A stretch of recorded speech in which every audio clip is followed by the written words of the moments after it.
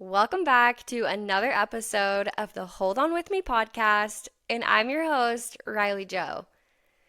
Okay, you guys, I have a confession to make, and I better just do it right now. Let's just get to the point.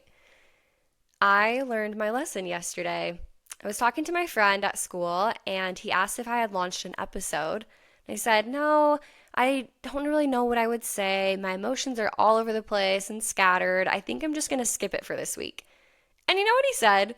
He said, Riley, that's the best time to do it. And then I kind of had to do a little reality check of wait, this is a real, honest podcast. And I am not doing my duty to show up real and authentic with you as a listener if I'm not even doing that as well. I don't have it perfectly curated, no script today, but I just thought, you know what? I need to do it. So here we are. Please forgive me, and I will show up real and raw every time. I just want to make sure that when I'm sharing things with you, that they inspire you and bring you hope. And I would never want to just say something to just get it out there. I really try to be intentional with the content that I do share because I want it to be meaningful for you and feel aligned with what it is that I'm trying to portray. So, okay, now that we got that out of the way, today's episode, here's what I'm not going to talk about or what I'm going to share. Anything that feels heavy or very, very emotional. There is so much going on in the world right now, and that is the last thing I want to do for you is add more weight to the heaviness that maybe you already feel. I definitely have been feeling it, so I don't want to add anything else to that. So what I am going to share today are just some real honest thoughts that I've had within the last week or so about where I'm at in my life, what's going on, and we're just going to be real and raw today. I've got my list of things I'm going to share, and I do hope that it is hopeful. One of the questions that I got asked when I had posted on my story asking people what they wanted to know more about anxiety, and I want to answer that first before we get into anything else. So the question that was asked is, what can I do to manage my anxiety? I need more tips and helpful hacks on how I can manage the emotions a lot better. And honestly, just anything that helps with anxiety, ways to calm it down. And I really loved this question, and I think it goes perfectly with what's been weighing on my mind so much lately and what I personally have been struggling to do as I get into answering this for you. Now, I'm not perfect at it. I tend to post, I call them like mental health walks. I'll take some time out of my day, whether it's like after lunch, in the middle, at night, in the morning, whenever I can fit it into my routine. Even if it's only 5 minutes, I get outside and I go walk. I'm not on my phone. Sometimes I'll listen to music, just upbeat to keep me going on my stride. But I just get outside and be with nature. Sometimes this is the best way to cope with the feelings that you're having or the emotions. You're stepping away from the noise of the world by leaving your phone, and you're just being. You're being right where your feet are as you're walking. Sometimes I go in the same circle or loop, and usually during this time, I'm with my thoughts, and I get clarity on what it is that I'm needing to do or how I can make a change or whatever it is that's making me feel anxious. Now understand, not everybody can go for mental health walks. I'm thinking of my lovely friends in Arizona when it's 115 degrees. That's going to be really hard to come by. So wherever you can do this, whether it's on a treadmill or outside, anytime you can just take a step away and just have a light workout, get those feet moving, get those endorphins going, and that can naturally reduce the anxiousness that you feel. Now, number two tip I want to share with you is brain dumping. Oh, this one is huge. I never really used to be a writer, and then as I started going on this healing journey, I would write down little thoughts and then the experiences that I was having, and it just flowed. And then I looked forward to writing down my thoughts at night because it was just getting all of these ideas and emotions physically out onto a paper. And most of the time after I brain dumped, then it would go away. I could finally just focus in on, okay, well, what's realistic, what's reality, let go of all the extra little worries and fears, and then I could move forward. If you're some Okay, honestly, I am somebody who I used to be a really big night owl. I would stay up late. Sometimes I would go to bed super late because I had so many things going on my mind, and it was really hard for my body to relax. And what I found is when I started to brain dump, especially at night, it was like I was unloading everything that would be going on in my mind before my head hit the pillow. And then when I finally got into bed, it was like instant. My body would just relax. I could calm down and fall asleep. And it never used to be that way. And now I look forward to getting into bed after brain dumping. I fall asleep. And then I can start up waking up even earlier because I'm going to bed earlier. It's great. So brain dumping is a huge one. Anything, this could go for anything. Whatever's on your mind, what you're feeling. There's a decision you're trying to make. Relationships, write pros and cons, but get it out. Let your mind release it by seeing it physically being written on a page. Then you can do process of elimination, what you really need to focus in on, and you've got it right there to see. So brain dumping is a huge one, going for mental health blocks. And lastly, meditation. I will shout this one from the rooftops forever. Truly, it is a game changer. And if it's hard for you to sit still, maybe you haven't really tried out meditation. I know that it can sound weird, maybe, or like something you wouldn't want to try, or thinking, well, my brain's just not going to relax. But if there's a simple 5-minute meditation, put away all distractions, do it when you can, fit it into your schedule, and do something where you're grounding, whether it's a guided meditation or 5 minutes of listening to peaceful piano music.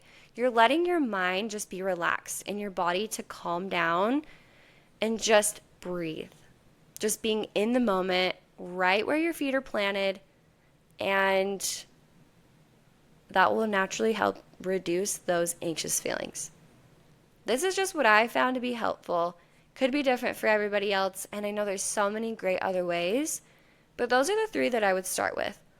Keep it simple. Sometimes when you're working to heal your mind and your body and wanting to understand these anxious emotions, we're wanting the healing to come stat, ASAP. I want to see this healing right now, right here. The healing process can take a minute, but starting simple with small little steps, things that are easier to add into a routine. I mean, you could be driving in a car. Sometimes switching out the Sabrina Carpenter for some meditation or even piano medley music can just relax your mind. And just being. And then you might feel you don't need to be doing more. You won't feel this heightened energy.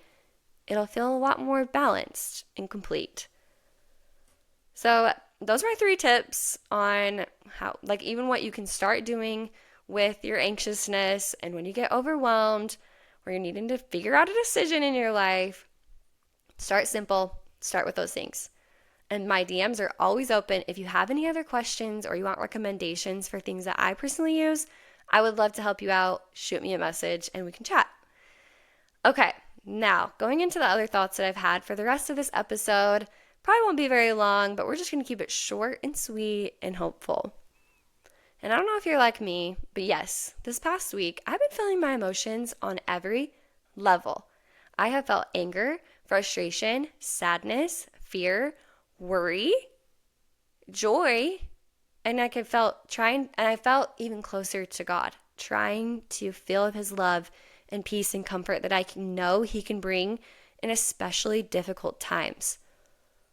And I live in Utah, so the emotions probably have been a little bit higher due to the recent events where there was so much going on, and it was like I couldn't shut off the noise, because basically what happened was like really close to like my backyard. Not literally, but from a state standpoint and where I'm at, it felt really close to home. And I've been trying to navigate, where are these emotions coming from? What's happening? I know it's tragic and I've been grieving, but what can I do about it, and how can I keep going? And at the beginning, what I told you is I don't want this to be heavy, but what I also don't want this episode to be is I'm not going to tell you how to feel. I'm not going to say, just keep going and it's all going to be okay, because maybe right now life feels extremely heavy.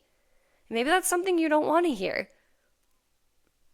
I want you to just be where you are and feel your emotions, whatever that looks like. Nobody can tell you how to feel or what to think or what to believe but yourself. Nobody.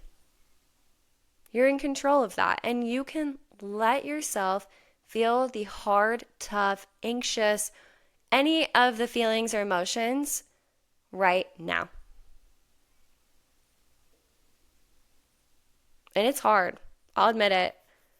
With all these emotions going all over the place, I have been scatterbrained up and down. I have posted things that I regret because I'm like, why did I say that? I don't even know what's happening to me. I can't regulate my emotions, and I've been triggered, and it's been hard. It has been so hard, and I have felt exhausted and tired and weak. Like I don't have motivation or energy to keep going. I'm like, what is going on? But as I started to journal and write, as I've tried to go on little walks, do things that ground me, I have been listening to so much peaceful music lately. Like I haven't even wanted to turn on anything else because I am just craving the peace when everything else around me just feels chaotic and hard. And that is what's kept me grounded. It's been so crazy. I'm starting to feel like this spiritual revival again after seeing so many things on social media. I'm just feeling more now than ever. I want to be so strong in my beliefs and my goals and my values that nobody else around me can sway my decisions. We are the only ones who can make the choices of what we believe and how we want to live our lives and what we're going to do with them, or what we're going to do with our lives. We're the only ones that are going to make that choice. But how can we stand firmer in those beliefs and not being afraid to share what we feel? I definitely hold back. I have a fear of being liked. I want people to see the best side of me and to know that everything's okay. I want to keep things smooth. But I've learned that sometimes there's better opportunities to grow when we're honest with people and we have good conversations. It will make a difference. Oh man, I totally just lost my train of thought there. And I am not editing this out. Normally I would. We are not showing up perfectly curated. It's never perfect anyways. But this is just real today. Very real. Scatterbrained, I'm getting off my list, a little ADHD going. All right, we're going to flip. I was going to say, let's stand firm in our beliefs. We can be brave. Also, who we surround ourselves with matters so much. Surrounding ourselves with like-minded people. I've been going through a little bit of a change. Like I've just talking about this last week. Who do I want to spend my time with? What am I doing? What am I viewing? And am I spending time with God, who I know is at the center of my life, guiding me? He has a plan. Why would I want to listen to anything else other than Him? Social media has been extremely difficult for me in this last week. I find myself getting sucked in, and then I'm doom scrolling, trying to just understand and find meaning in all these things. And then I'm reading opinions and news articles.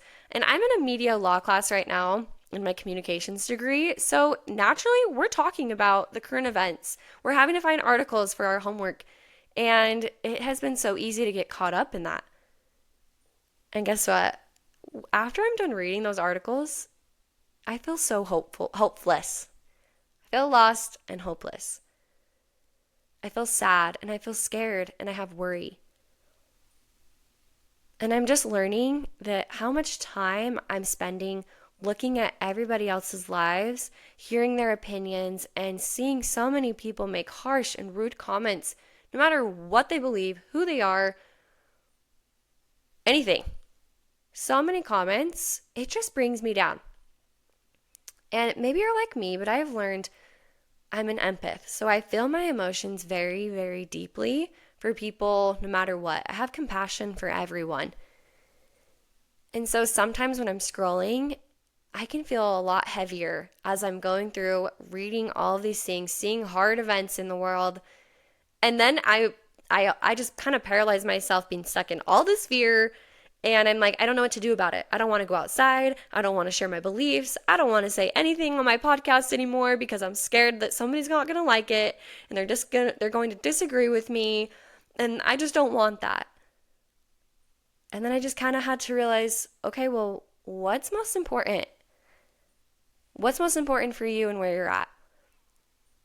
Is it family relationships and friendships? Is it getting your college education? What dream do you have in your heart that maybe you're getting distracted by social media and the news and articles and everything that's just coming from what everybody's sharing from their own perspectives and opinions that might not necessarily be true, it's just what they're sharing. Where is your focus? And for me, as soon as I flipped and thought, well, I want to spend more time with God, I love my degree, I need to focus on school, I absolutely love connecting with you here on this podcast. Those are the things I want to involve myself with more. My friendships and my family. I just want to spend so much time with the people that I love and cherish. And I wish I had all the time in the world to just spend hours and hours with all the people that mean the world to me. But still checking in on them and staying connected and communicating helps me stay grounded. And then I don't feel the fear as much. It lessens those worries.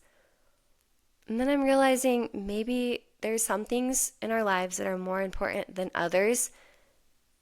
And maybe I lost sight of it. I kind of got distracted a little bit.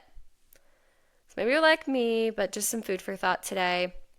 I'm just curious. I'm getting curious with myself and wondering what it is that I want to make changes in and who I can become. And I just wish the same for you. One thing that is huge is connection. And I'm becoming way more passionate about this. I just love connecting with people, as I've already said. And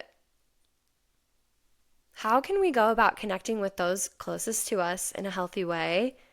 And how can we have more connection just in our everyday lives? That's something that I want to keep trying to figure out. And maybe it's starting simple by having more intentional time with the people that we love, putting the phone down for 5 minutes and getting away from distractions and the noise. And maybe we don't need to have a conversation over and over again based off something that we heard that might cause conflict with that person. And sometimes we need to just let it go. Bless my family's heart. I experienced that this past weekend and I wanted to figure something out and I needed to share it, but my emotions are pretty high and it just wasn't the right time to bring it up. I didn't sit with myself and I'd probably been scrolling on things, having my views really affect, like my viewpoint really affect how I was feeling internally. And then it showed up differently with people that I love. So how can we show up for the people around us, taking care of ourselves? Who we surround ourselves with matters. And what matters most for you in your life. And I can promise you that once you start to figure out these little things, put your focus elsewhere, stay close to the things that feel light for you and happy, and start to try to recognize what might be a heavier emotion and what could be bringing you down. And I promise you're going to feel so much lighter and better. Maybe it's setting boundaries with somebody in a relationship. And it's okay to do that. Sometimes it's hard, but I support you. I hear you, and you got it. Again, you have the power within you to make a change, to make a choice. And let me tell you, it could be the simplest thing. I have shared about this before, but I switched up my bedroom this morning because I was just needing a change. I didn't have to do anything but move my furniture. And it can be as simple as that.